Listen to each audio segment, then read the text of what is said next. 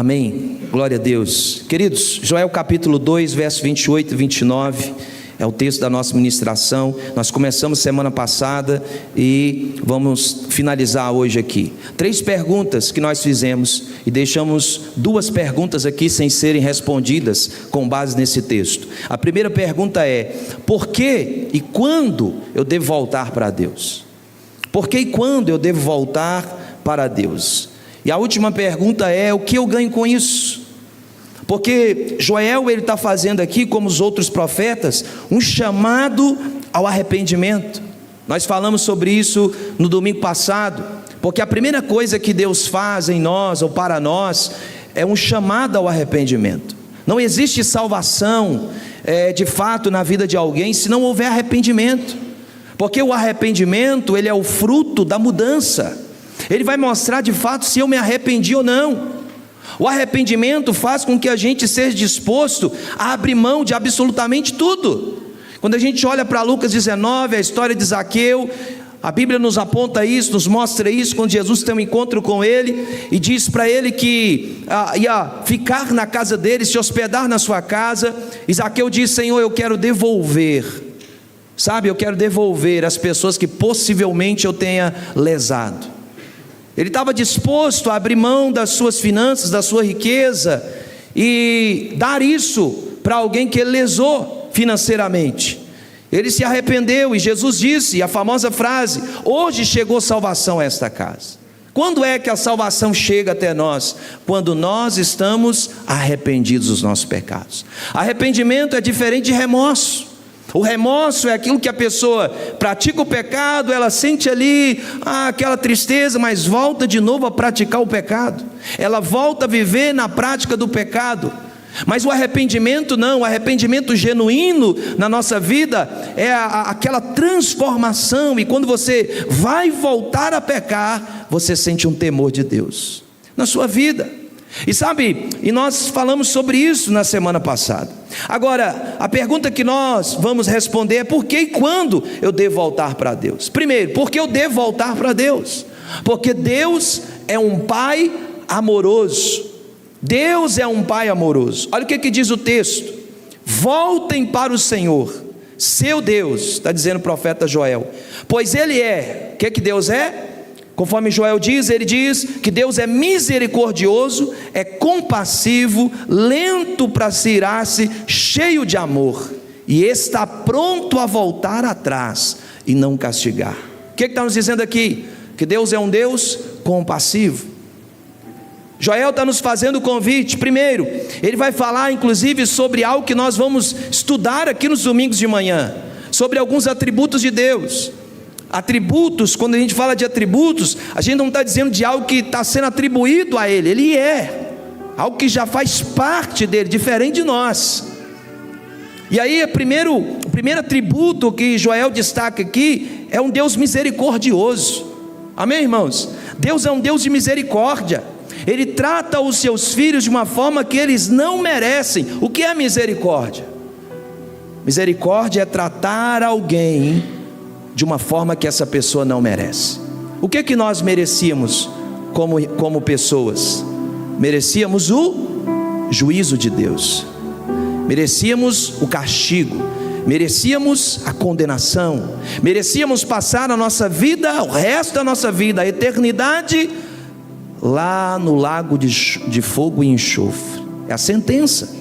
Mas por que isso não aconteceu? Porque alguém, e esse alguém se chama Jesus, veio naquela cruz representando o segundo Adão. Como pelo primeiro Adão o pecado entra no mundo, e todos nós passamos a ser afetados por isso. O salmista disse: em pecado me concebeu a minha mãe. Ou seja, eu já nasci em pecado. Eu não preciso cometer um pecado para ser um pecador, eu já nasci pecador. Mas vem Jesus na cruz, representando o segundo Adão, e Ele agora faz o que conosco? Ele vai nos cobre com o teu sangue, Ele nos lava, Ele vai nos redimir, Ele vai nos purificar. Então, quando nós merecíamos condenação, porque a palavra de Deus diz que tinha uma cédula de dívida com Ele, nós tínhamos uma dívida, não é com o diabo, a gente tinha uma dívida com Deus, uma dívida impagável. Mas Ele usou de misericórdia. Usou de misericórdia. você merecia castigo, mas eu vou ofertar a você graça. Graça. Sabe, Deus é um Deus cordial. Ele não dispensa, irmão, seus servos pelos erros que eles cometeram. Deus é um Deus de misericórdia. Olha o que a gente vê na palavra de Deus. Eu gosto muito de uma frase que diz: Deus não esconde de seus heróis os seus defeitos.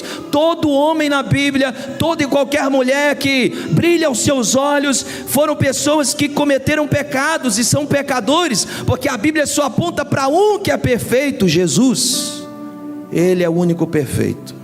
Ele é o único que não tropeçou em nenhuma palavra da lei. Ele é misericordioso. Mas também o profeta Joel está dizendo por que nós devemos voltar. O profeta Joel dizendo que Deus é um Deus de misericórdia, mas ele também diz que Deus é um Deus compassivo. O que é ser compassivo? É ele sofrer com o sofrimento do outro. Quando nós estamos sofrendo, irmãos, Cristo, ele sofre juntamente conosco. Por isso o apóstolo Paulo, ele vai escrever uma palavra dizendo assim, que nós temos um intermediador entre nós e o Pai, Jesus Cristo, homem. Por que não diz só Jesus Cristo? Porque como homem, ele sofreu até mais do que nós. Ele padeceu, ele chorou, ele sentiu dor, ele sentiu angústia. Ele foi para o Getsemane, ele foi moído, então ele se coloca no nosso lugar, e ele chorou quando viu o seu amigo Lázaro morto. Ele se compadeceu dos sofrimentos do outro. Então ele nos conhece. Quando o profeta Elias, irmãos, desgastado por causa do ministério, uma dura perseguição contra a vida dele, Elias está pedindo para si a morte debaixo de um pé de árvore, está dizendo: para mim basta, para mim chega. Mas de repente o Senhor não se esquece de Elias. O Senhor vai lá de encontro a ele, e não foi uma nem duas, mas na terceira vez o Senhor continua insistindo, porque Elias falou: eu quero morrer. Mas Deus é um Deus compassivo. Ele chora, ele demonstra simpatia, ele se coloca no lugar do outro para ajudar. O profeta Joel está dizendo para o seu povo: voltem para o Senhor, porque o Senhor é misericordioso, Ele é um Deus compassivo. Volte-se para o Senhor. Ele está dando aqui, irmãos, provas, porque nós devemos voltar para Deus. Mas ele diz mais, ele diz: além disso, Deus é lento para se irar. Deus é lento. O que nessa palavra aqui, no termo teológico, se chama longanimidade. Ele é longânimo. O que é ser longânimo? É ter um ânimo longo. Deus é longânimo. Às vezes, se alguém errar com a gente, você fala assim: errou a primeira, errou a segunda, da terceira já era. E tem gente que é só a primeira, errou a primeira, foi embora. Bloqueei no Instagram aqui, já era. Não quero mais saber, não quero papo. Deus, aprenda com o seu Deus. Deus é um Deus lento para se irar. Não está dizendo que Ele não se ira, mas ai do dia em que a ira de Deus vier sobre a terra. Quem quer estar aqui? Ai do dia que a ira de Deus for derramada, como João lá no Apocalipse, na ilha de Patmos, ele teve uma demonstração, ou um vislumbre, ou uma visão. Então ele está dizendo que a ira de Deus vai ser derramada. Não significa que Deus não vai tratar com o pecador, não. Deus vai tratar, mas Deus dá chances para a gente se arrepender. Deus dá tempo, Deus dá oportunidade. Irmão, quantos anos Noé gastou para construir aquela arca? Quantos anos? Alguns dizem que foi em torno de 100 anos. Preste atenção, 100 anos o camarada está pregando com a boca e pregando com a vida, pregando com a boca e pregando com a vida. Alguém está passando, está vendo ele construindo, estão dizendo: é louco, é doido, é maluco. 100 anos Deus deu para o povo se arrepender, 100 anos Deus deu para o povo reconhecer, mas não quiseram. Aí o juízo veio. O juízo veio em forma de dilúvio, de águas. 100 anos. Quanto tempo Deus está dando para você se arrepender? Quanto tempo Deus está dando para a igreja se arrepender? Sabe, irmãos, nós estamos vivendo um tempo que o mundano lá, ele não brinca com o diabo não, porque ele sabe que se ele brincar com Satanás, o diabo mata ele. Ele sabe. Mas a gente brinca com Deus. A gente brinca de ser crente. a gente brinca com a nossa santidade, a gente brinca com a nossa vida, a gente tenta a Deus, irmão, indo em lugares que Deus não quer, fazendo coisas que Deus não gosta. Ele é lento em se irar, mas você precisa entender que essa compassividade de Deus, esse ser longânimo de Deus, está dando para você um tempo, para você e eu nos arrependermos dos nossos pecados. Joel está gritando, dizendo: gente, volte para o Senhor, porque Ele é lento para se irar. Sabe por que Deus não se ira muito fácil? Porque aí vem um outro atributo dele: Ele é amor. Então Ele vai nos amando de uma forma sobrenatural, mas vai chegar um dia em que Ele vai derramar a sua ira. Mas o profeta segue dizendo: Deus se compadece, Deus vê a necessidade do seu povo, Deus vê que o seu povo precisa de correção, sabe, sendo muitas vezes essa correção realizada pelos inimigos. Quando o povo de Israel pecava, quem Deus trazia? Deus trazia os babilônios, escravizava o povo. Olha o que aconteceu lá no Egito, 430 anos de escravidão, 430, irmão. Você estava lá, seu filho estava lá, seu neto estava lá, 430 anos debaixo de escravidão. Mas por quê? Porque desobedeceu. Agora diga para o seu irmão assim, bem tranquilozinho, porque isso pode assustar ele. Diga para ele assim: sabia que quem tem promessa morre? Quem tem promessa de Deus não morre, não. Não trata você de andar corretamente nos caminhos de Deus para ver se você não morre com 10 mil promessas. O povo de Israel tinha promessa, sim ou não?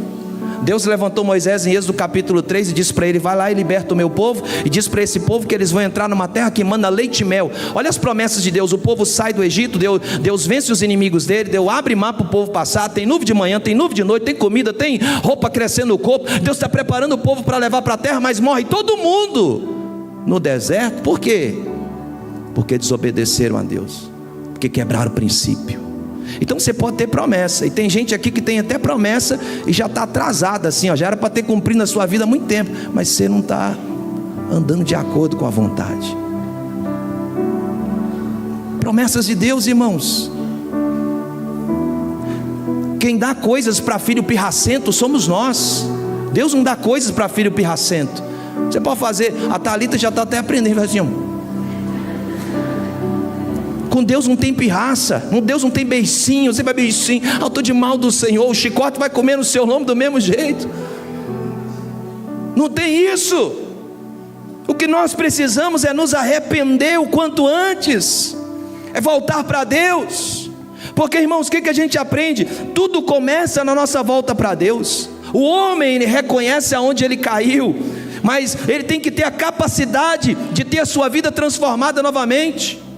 Ele volta a usufruir dos direitos quando ele reconhece que precisa voltar e cumprir os princípios de Deus. Tem princípios, a palavra de Deus tem princípios. Dos versículos 18 ao 27, se você ler aí comigo, do 18 ao 27, o Senhor mostra ao seu povo como serão restauradas a sua sorte. A bênção de Deus vai recair sobre as finanças. Deus está dizendo aqui, eu vou abençoar a sua terra, eu vou repreender o gafanhoto, o migrador, o cortador. Deixa eu liberar uma palavra sobre nós aqui essa noite. Meu irmão, Deus tem correção sim, mas se você se arrepender, um coração quebrantado e contrito, esse Ele não rejeita. Ele faz novamente de novo, Ele transforma, Ele muda, Ele sara, Ele expulsa os inimigos, porque Ele é o Senhor que é compassivo, misericordioso da nossa vida.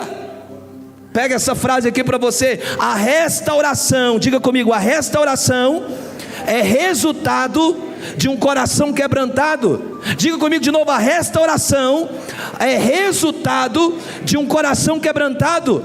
Deus só vai restaurar uma família, Deus só vai restaurar alguém, Deus só vai restaurar uma igreja, Deus só vai restaurar um líder se ele tiver o coração quebrantado. Fora isso, não haverá restauração. Coração duro, Deus se afasta. A Bíblia diz que Deus resiste a quem? A quem? Ao soberbo, mas dá graça aos humildes. Quem aqui quer ser humilde? Ele dá graça, põe graça, manda graça para você, vem graça de novo. Você pecou, mas Senhor, eu pequei, eu errei, mas eu estou aqui arrependido, eu não vou fazer mais isso, eu não vou pecar mais, me perdoa, tem misericórdia, graça sobre a sua vida. Mas o soberbo não, o soberbo ele resiste. Quem é o soberbo? O soberbo é aquele que diz: eu não preciso de mudança, eu não preciso melhorar meu casamento, eu não preciso melhorar o meu funcionamento como minha profissão, eu não preciso melhorar com Deus, eu não preciso. Soberba. Sabe, a esse Deus resiste, mas aquele que tem um espírito quebrantado, o Senhor concede graça. Quando nós devemos voltar para Deus, irmãos? É agora. Irmãos, não há, preste atenção, queridos, com todo amor, carinho, temor diante de Deus, não há tempo mais para brincarmos. Eu estou no mundo, eu estou na igreja, eu estou no mundo. Não tem mais isso. Firma os seus pés em Jesus. A qualquer momento a trombeta toca. E meu irmão, tem um hino aí que diz, lá, vocês não são desse tempo, eu também não sou, mas eu fiscalizava. E aí tem um hino que diz: eu vou para o céu, quem já ouviu? Nem que seja de carona. Já ouviu esse hino? Eu vou para o céu, nem que seja de... Não acredita nisso não, filho. A passagem é única. Quem tem, quem não tem, bye bye, tchau. Acabou. Minha mãe é tão crente. Minha mãe quando subir vai me levar. Vai nessa. Se você chegar lá e não estiver lá, meu amigo, você vai passar um aperto. Irmão, pensa no arrebatamento. Você já pensou nisso? Esses dias eu deixei Tayane em casa e Thalita, eu voltei, deixei por questão, eu voltei, não estava lá, eu falei: isso aqui fúria, eu fiquei, mas me bateu um medo, rapaz. Eu falei: Jesus, mas onde que eu estou errando? Imagina, se Jesus volta e você fica para trás. Imagina. Não há tempo mais para brincar com Deus, não há tempo mais para a gente levar a vida mais ou menos, meu irmão. Jesus deu um exemplo de como seria a volta dele. Ele disse como foi nos dias de Noé, será na volta do Filho do Homem. O que fazia no dia de Noé? Vendiam, compravam, se dava esse casamento. O povo estava envolvido com as coisas da terra. E hoje nós estamos como? Envolvido com as coisas da terra. Ninguém tem tempo para nada. Tem gente que não tem nem tempo para a família. Está tão envolvido, não tem um tempo com Deus. Preste atenção. No dia que Jesus voltar, chegou lá em cima, irmão, o olhinho fechou aqui, ó, abriu lá na eternidade, não tem mais chance. Lembra da parábola do rico e Lázaro? Lembra? Olha o que o rico está dizendo: deixa eu voltar lá e pregar para minha família então. Porque ele está dizendo: eu não acreditei, mas eles precisam saber que isso aqui é real. Aí o que Jesus diz? Se não acreditaram em Moisés, os profetas vão acreditar em você. Ao homem é dado morrer uma única vez. Então não tem tempo para brincar. Joel está dizendo para o povo, ele está gritando. E às vezes nós estamos envolvidos em tantas coisas. Irmãos, é uma mensagem de alerta mesmo. Porque, meu irmão, o inferno vai ser terrível, o lago de fogo vai ser terrível. É melhor você viver uma vida aqui, onde você vai abrir mão de muitas coisas, 30, 40 anos, 50, 80 anos, do que você viver uma eternidade longe de Deus. Mas se você viver uma vida aqui, onde você vai abrir mão de muitas coisas que esse mundo está nos ofertando, você terá uma eternidade com o Senhor, de presença, de manifestação de bondade, de graça, de poder e de glória, em nome de Jesus. Quando é que nós devemos voltar, Joel? É agora, é esse tempo. Esse terceiro e último lugar, o que eu ganho com isso? O que eu ganho em caminhar com Deus? Joel vai nos dizer: uma vida cheia do Espírito Santo. Oh, aleluia. Quem quer viver uma vida cheia do Espírito Santo? Olha o que o profeta diz aí para nós, o verso 28, vai comigo para lá. Ele diz: então depois que eu tiver feito essas coisas. Quais coisas, irmãos? Primeiro, Deus vai arar a terra, meu amado. Deus não vai derramar sobre nós a presença dele se a gente estiver enfurnado no pecado. Mas se nós prepararmos o nosso coração, a presença de Deus virá, a glória de Deus vai se manifestar, vidas vão ser curadas, e a manifestação da bondade de Deus, ela vai descer sobre a nossa vida. Ele vai arar a terra. Ele vai preparar, porque não tem como você lançar semente, meu amigo, na terra que não foi preparada. Você tem que preparar a terra. Prepara a sua vida, prepare você, ore com a sua família, ore com seus filhos, leia a Bíblia, prepare-se, porque o Espírito Santo, irmãos, diz: nós estamos próximos de viver um avivamento. O que nós estamos vendo aí é um acerto de Deus, nos púlpitos, nas igrejas, e vai começar da casa mesmo, o juízo vai começar aqui dentro, vai começar de mim, vai começar dos líderes, vai começar de quem está subindo aqui nesse altar, o juízo vai começar de nós, mas depois do juízo de Deus, depois do acerto de Deus, vai ter presença, vai ter glória, vai ter manifestação de graça, vai ter poder do Espírito Santo, vai ter cura, vai ter milagre, vai ter batismo com unção e poder vindo sobre a nossa vida. Tem alguém crente aqui? Tem alguém aqui que acredita nisso? Tem alguém aqui que está buscando isso? Então, querido, dê glória a Jesus essa noite. Eu derramarei do meu Espírito sobre toda carne. O derramar do Espírito, irmão, é uma promessa de Deus para nós. Então, se é promessa, eu vou buscar. Se é promessa, eu vou correr atrás. Se é promessa, eu vou bater. Se é promessa, eu vou pedir. É uma promessa de Deus para a minha vida. Mas para que isso se cumpra, o povo tem que ter se arrependido. Um certo escritor chamado David Hubbard, ele diz assim: a palavra depois não aponta obrigatoriamente para os tempos finais, mas antes serve para estabelecer a sequência cronológica entre duas etapas da bênção. A diferença entre as duas etapas não estão no fato de a primeira ser material e a segunda ser espiritual. A diferença é que a primeira é a restauração dos danos antigos, e a segunda é a inauguração de uma nova era do relacionamento com Deus. Deus está prestes a inaugurar uma nova era de relacionamento com você. Tem gente aqui que está passando pela poda de Deus. Deixa eu profetizar sobre essa casa. Tem gente aqui que está passando pela poda de Deus. Deus está podando você, Deus está amassando você. Deus está dizendo para você: meu filho, ouça a voz do Espírito Santo na sua vida. Ouça a voz. E aí você começa a ouvir, o Espírito Santo vai falando com você. Você está passando por um momento para daqui a pouco ser inaugurado um relacionamento extraordinário e poderoso com Deus nessa terra.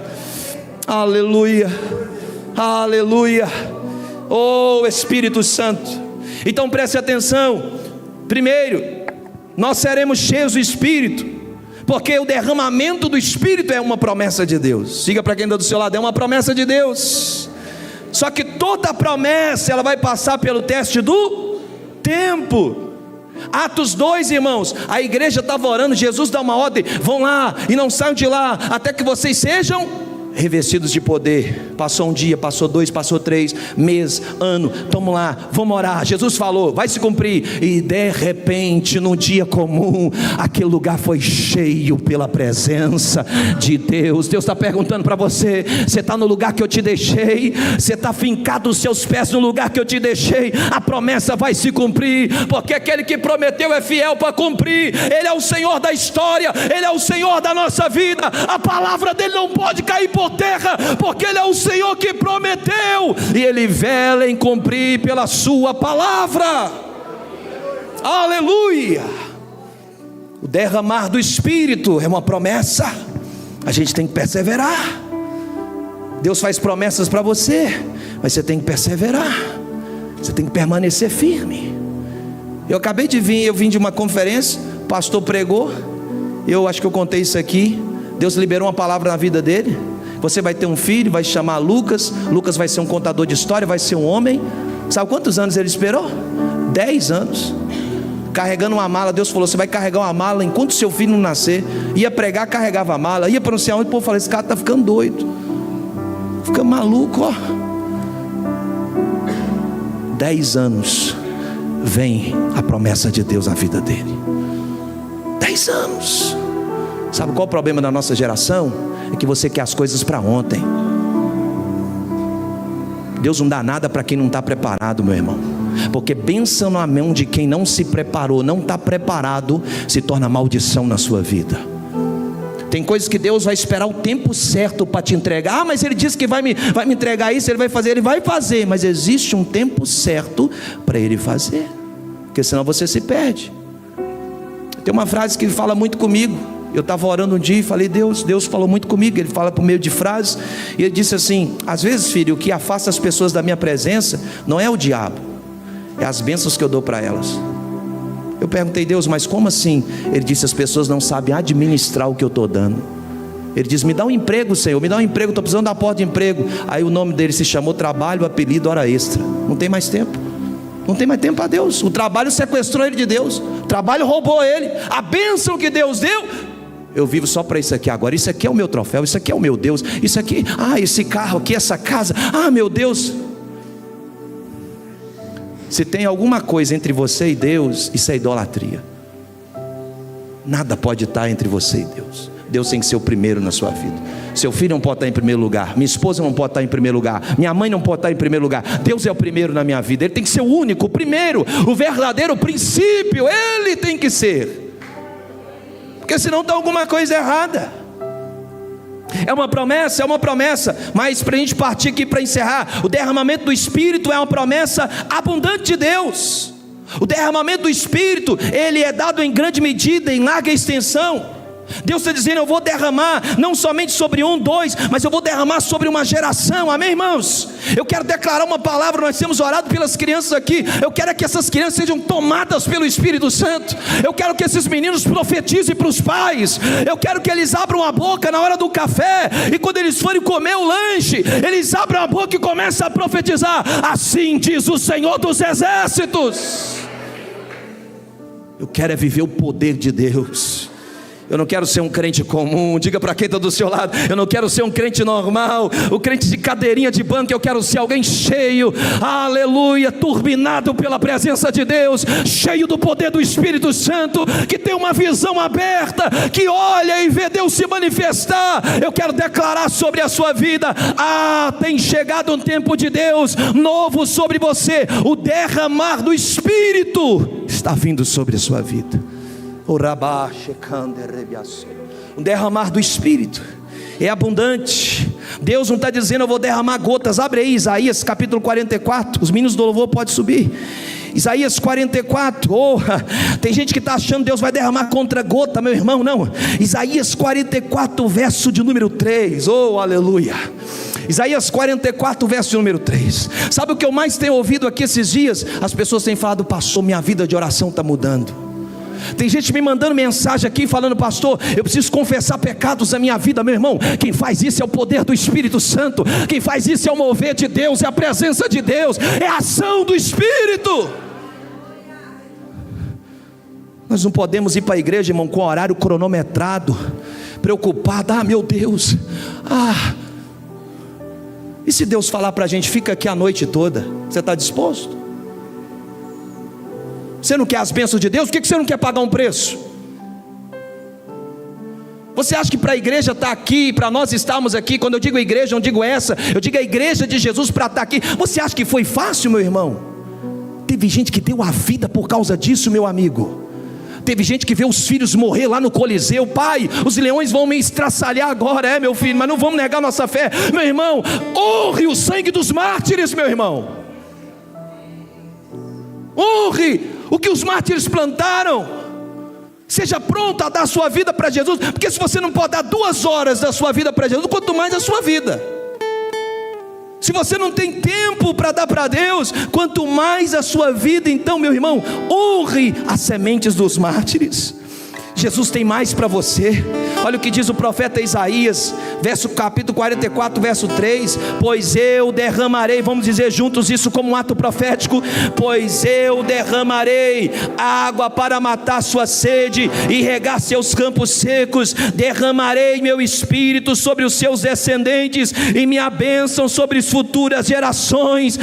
Aleluia. Deus está dizendo: eu vou derramar sobre você, sobre as suas futuras gerações. Quem está entendendo o que Deus está dizendo? Eu vou derramar sobre você, e eu vou derramar sobre as suas futuras gerações. Meu Deus, eu estou sentindo uma graça de Deus aqui essa noite. O Espírito Santo está dizendo para você: não vai ser em contra-gota não.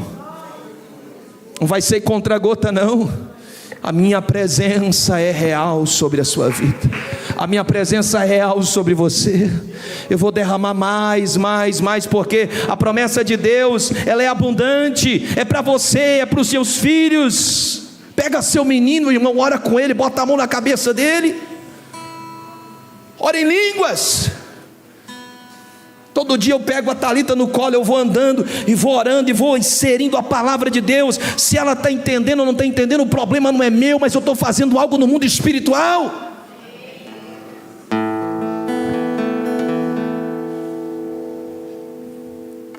Preste atenção, assim como você está disposto a ganhar dinheiro, levantando cedo, dormindo tarde, trabalhando duro, seja disposto a buscar a Deus.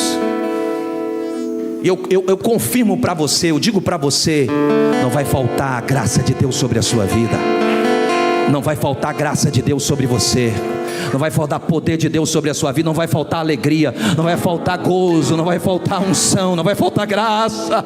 Alguém vai ficar lá com os cabelos, meu Deus, e agora a economia do país, você está lá tranquilo. Mas como é que você pode estar tranquilo? Porque eu estou aqui na presença de Deus, e Deus está dizendo para mim, pode ficar tranquilo, porque eu vou te abençoar.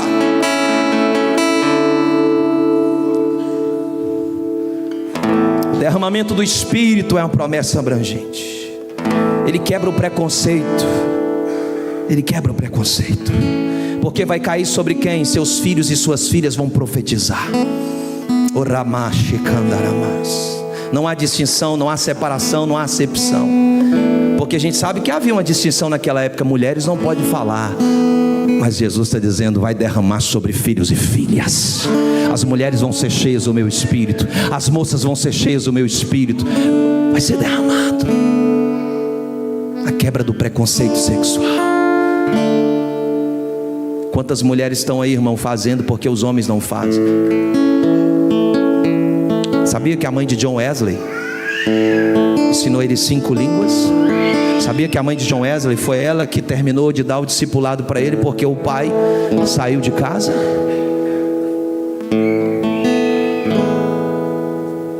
Sabe por que muitas mulheres estão botando a mão no arado? É porque muitos homens estão sendo frouxo. Cadê o sacerdócio da sua casa, cara? É você que vai lá, é você que bota sua família para orar. Cadê você? É você que pega a Bíblia, senta com sua esposa e fala, meu amor, senta aqui, nós vamos ler a palavra de Deus agora e vamos orar. Cadê você? É você que discipula os seus filhos, meu amigo. Não é igreja, não é escola, é você. Mas o seu filho te procura, você não está lá. Você é o cabeça da casa, você é o sacerdote da sua casa. Sabe o que vai acontecer um dia? Você vai chegar diante de Deus. Deus vai dizer, cadê os seus discípulos? Cadê a sua esposa? Cadê o seu filho? Eu te pergunto, o que você vai dizer para ele? Meu primeiro ministério é minha casa, meu irmão. Porque se eu fracassar lá, eu vou fracassar em tudo.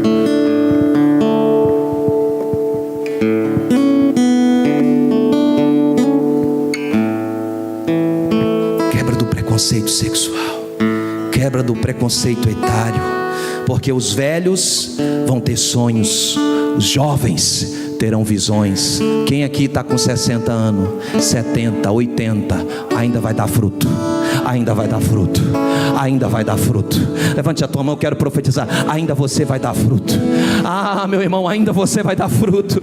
Você vai dar fruto para Deus. Oh, o Senhor está dizendo, até os velhos vão ter sonhos. Mas vocês pararam de sonhar? Não paramos, porque Deus usará sonhos novamente. Sabe, que deixa eu te dizer uma frase, o Espírito de Deus não tem preconceito com a idade, é velho, é novo, é criança. Quem está disponível é esse que eu quero usar. Quem está disponível é esse que eu vou derramar minha presença sobre ele.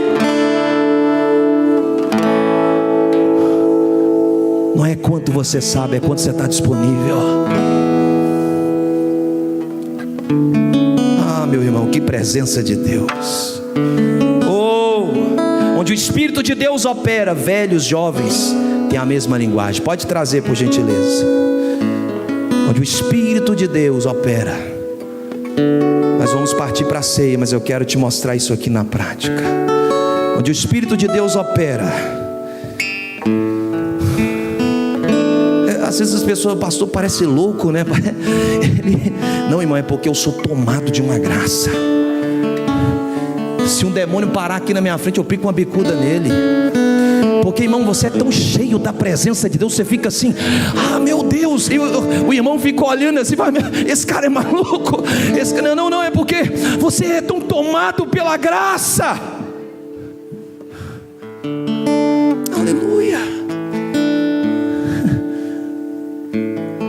Vou te mostrar na prática. Tira aqui para mim, fazendo favor. Meus assistentes aqui, gente, palmas para eles.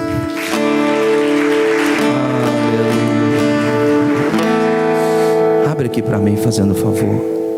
Timóteo. A quebra do preconceito social. Sabe? Porque preconceito social, o Espírito de Deus não vai vir só sobre filhos e filhas, nem sobre velhos. Eu vou derramar sobre servos e servas. Oh, até quem é seu escravo aí, ó, vai descer poder sobre a vida dele. Aqui, quem é que deu a orientação? Oh meu Deus, agora fugiu o nome. Naamã, a menina de Naamã. Ah, Naamã, quando foi curado, quem deu a orientação? A serva. A serva disse: aí, lá na minha cidade tem um profeta. Deixa eu liberar uma palavra sobre você. Alguém vai dizer: lá naquela rua tem um profeta, pode ir lá. Seu vizinho vai acordar assim, uma bagunça, vai estar passando problema. Alguém vai nessa casa do lado aí, tem um profeta. Tem uma família que ora aí, ó. Eu oro aqui para que a sua visão seja aberta nesses dias. Aleluia! Eu quero exemplificar isso para a gente cear o Senhor. Me ajuda aqui, meus queridos. Ó. Pode continuar tocando. Eu não sei se vai dar para todo mundo ver.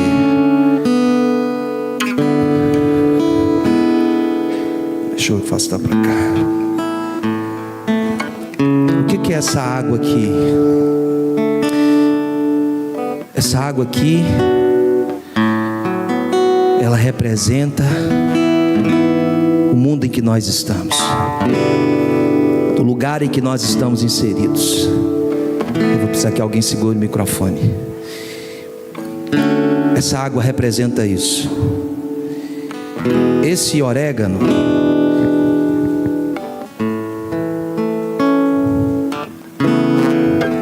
esse orégano que está aqui, representa as coisas que vão te envolvendo no mundo. Você está sendo envolvido por tantas coisas, e essas coisas vão acumulando sobre a sua vida. É a sujeira do pecado, da lepra, frieza espiritual. Aí você fica se perguntando: o que está acontecendo com a minha vida? Sobe só um pouquinho. O que está acontecendo com a minha vida? Você está sendo afetado pelas coisas que estão no mundo. Mas de repente, esse aqui é você, uma madeira. Alguém disse que pau que nasce torto nunca se direita. Cuidado com a música, hein? Mas Jesus sabe endireitar qualquer coisa. Esse aqui é você. E aí, esse detergente aqui, ele representa o Espírito Santo.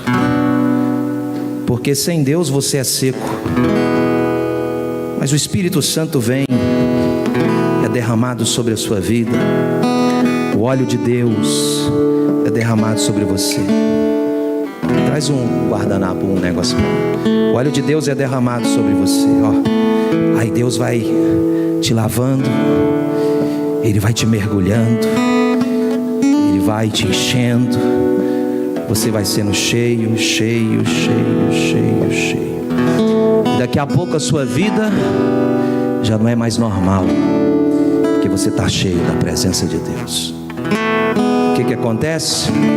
Preste atenção. Você é inserido de novo no mundo.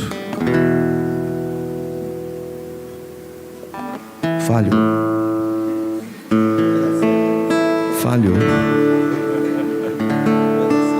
Será que eu joguei demais?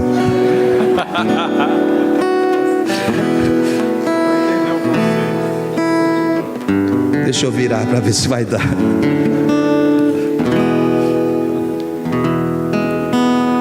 Eu fiz lá em casa, deu certo.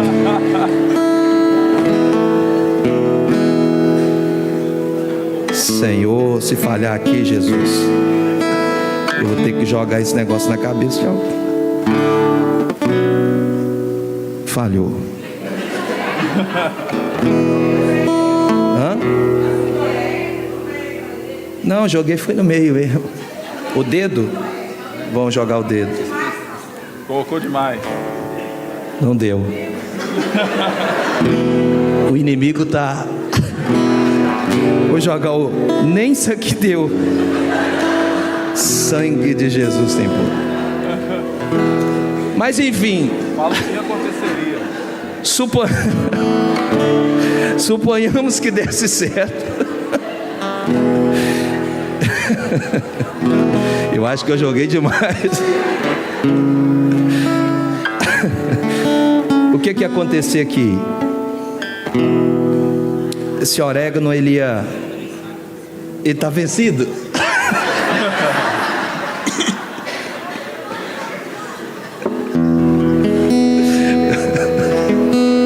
Valeu.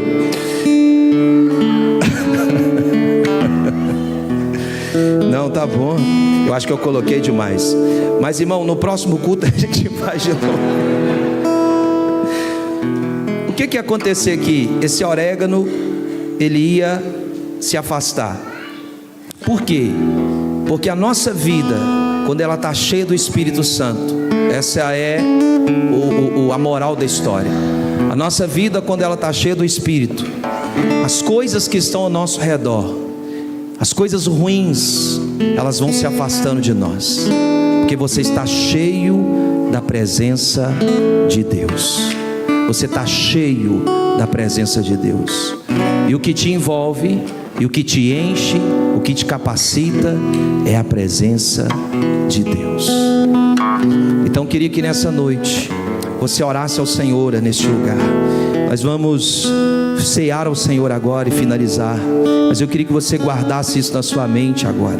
Eu queria que você orasse agora e falasse: Senhor, eu quero ser cheio do Espírito. Eu quero que a minha vida esteja banhada pelo Espírito Santo.